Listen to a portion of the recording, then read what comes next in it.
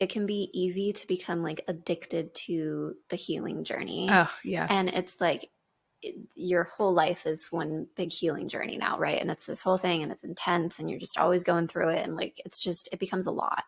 And then like, you're again missing the point. You're missing the point of it, right? And I think too, like when you think about the word healing, it being kind of through this lens of like you're wounded, you're broken, Mm-hmm. something's wrong with you, you need fixed, etc. And when you view your life through that lens of being addicted to fixing and healing and mending and all of that, like, I think that's really problematic. I think that can get really dangerous I because you're agree. thinking of yourself constantly as like this wounded individual who needs healing or rescued or whatever it is, Mm-hmm. instead of being able to kind of recognize like these things can come in seasons. I can have more maybe intense seasons or periods in my life where I'm like going through it and or actively very intentionally healing in some way, and I Yeah. can have seasons where I'm kind of like, taking a step back and just kind of enjoying life and going with the flow and just letting things be. Yeah, absolutely. We have to have, if we did not have seasons of kind of like more mundane or like more just like Yeah. living our lives, like, yeah, like right now, maybe you're not going to therapy or the season looks like a little bit more, maybe it's a busy season and Yeah. you don't have time to like unpack Yeah. or whatever, right? Then we wouldn't actually see the growth or like feel the growth. And Yeah. I agree, like, um, there's also like the trap of never being satisfied or never being Yes. Oh my like gosh. being able to celebrate or see like, gosh, my life is so good. Yeah. My life has been so good.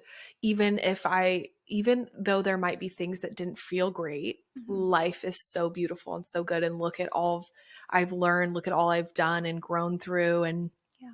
that I understand, right?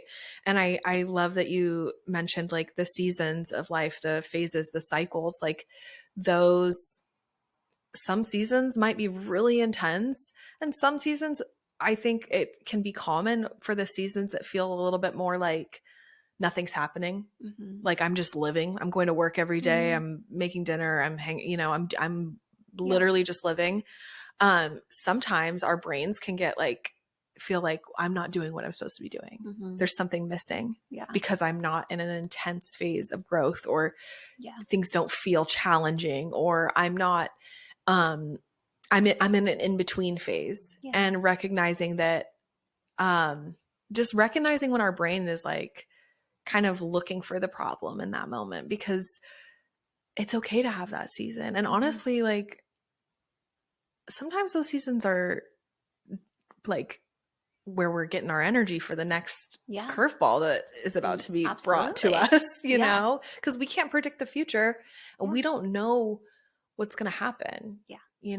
So whether that is just like maybe we get fired, maybe we lose a Mm-hmm. loved one, like Yeah.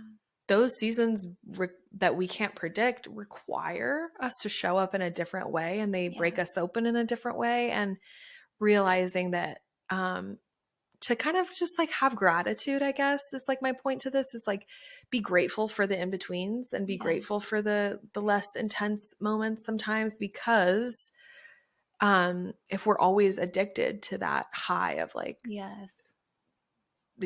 deep work, then what about all the other moments and what are Yeah. we missing? And